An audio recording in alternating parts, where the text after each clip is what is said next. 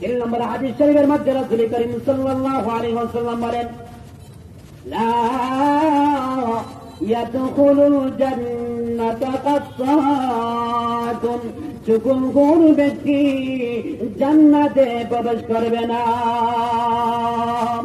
যে ব্যক্তির মুখে এক কথা বলে অন্তরে আর এক কথা রাখে, এক আপনার নিকটে এক কথা বলবে আর একজনের নিকটে এক কথা বলবে, ওই ব্যক্তি চুগুলখোর।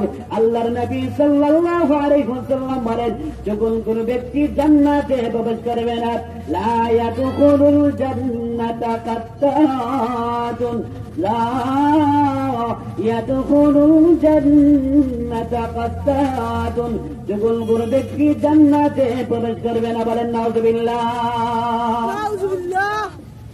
আবু হুরায়রা রাদিয়াল্লাহু কোরআনের কারীমের মধ্যে আল্লাহ রাব্বুল আলামিন বলেন, ইন্নাল মুনাফিকিনা ফিদ দারকিল আসফালি মিনান নার।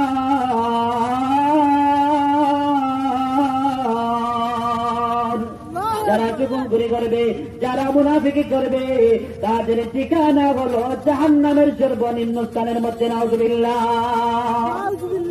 বুখারী শরীফের হাদিস, আল্লাহর নবী সাল্লাল্লাহু আলাইহি ওয়াসাল্লাম 2 কবরের পাশে যাইতেছিলেন। আল্লাহর নবী সাল্লাল্লাহু আলাইহি ওয়াসাল্লাম বললেন, ওই 2 কবরের মধ্যে আযাব হইতেছে।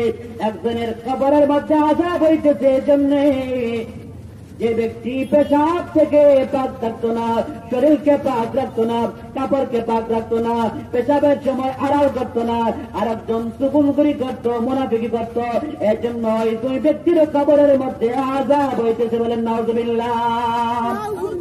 আল্লাহ রাসূল সাল্লাল্লাহু আলাইহি ওয়াসাল্লাম বলেন, লা ইয়াদখুলুল জান্নাতা কাত্তাতুন, চুগুলখুর ব্যক্তি জান্নাতে প্রবেশ করবে না। বলেন নাউযুবিল্লাহ।